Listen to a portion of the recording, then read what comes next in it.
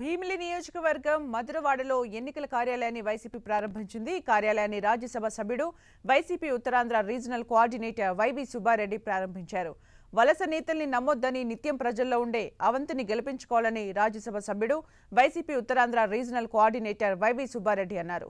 పేదల జీవితాల్లో వెలుగులు నింపడం కోసం సీఎం జగన్ సంక్షేమ పథకాల్ని అమలు చేస్తున్నారని మాజీ మంత్రి అవంతి శ్రీనివాసరావు తెలిపారు. 5 ఏళ్లలో భీమిలి అభివృద్ధికి వైసీపీ ప్రభుత్వం వేల కోట్ల రూపాయలు ఖర్చు చేసిందన్నారు. గంటా శ్రీనివాసరావు ఉత్తర నియోజకవర్గానికి ఏం చేశారో చెప్పాలని డిమాండ్ చేశారు.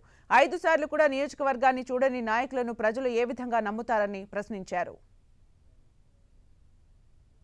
విశాఖపట్నం అంటే ఆయనకి చాలా ప్రత్యేకమైన ప్రేమ జగన్మోహన్ రెడ్డి గారికి. మొన్న విజన్ విశాఖ మీటింగ్ పెట్టి ఆ మీటింగ్ లో చెప్పారు, నేను విశాఖపట్నం మరి రేపు ముఖ్యమంత్రి ఎక్కడి నుంచే ప్రమాణ స్వీకారోత్సవం చేస్తాను, ఎక్కడి నుంచే పరిపాలన చేస్తాను, దీన్ని ఒక ముంబై, చెన్నై, హైదరాబాద్ ధీటుగా విశాఖను అభివృద్ధి చేస్తాను అని చెప్పిన వ్యక్తి కావాలా? మరి పొరపాటున చంద్రబాబు అయితే ఈ రాజధాని తీసుకెళ్లి అమరావతిలో పెడతాడు. ఆయన అమరావతిలో పెడితే మనందరం కూడా ఈ రైల్లో బస్సు పట్టుకుని వెళ్ళాలి. అప్పుడు మరి మనందరికీ అక్కడ లోపల కూడా రాలేదు వాళ్ళు. కాబట్టి మనందరం కూడా ఇవాళ ఈ గాలి పిలుస్తున్నాం, ఇక్కడ పుట్టి తింటున్నాం.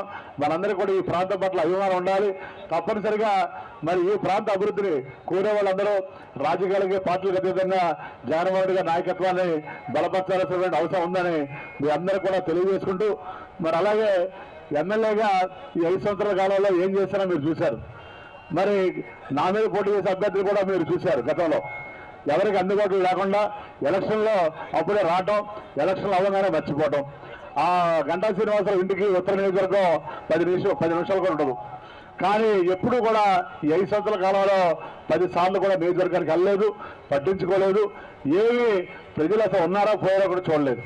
మళ్ళీ అక్కడైతే ఉత్తరంలో పోటీ చేస్తే డిపాజిట్ రావని మళ్ళీ భీమిలి ప్రజలు మర్చిపోయారు. 5 సంవత్సరాల గ్యాప్ వచ్చింది అని మళ్ళీ భీమిలికి వచ్చాడు. ఈయన గంటా శ్రీనివాసరావు అంతే, చంద్రబాబు గారికి అంతే.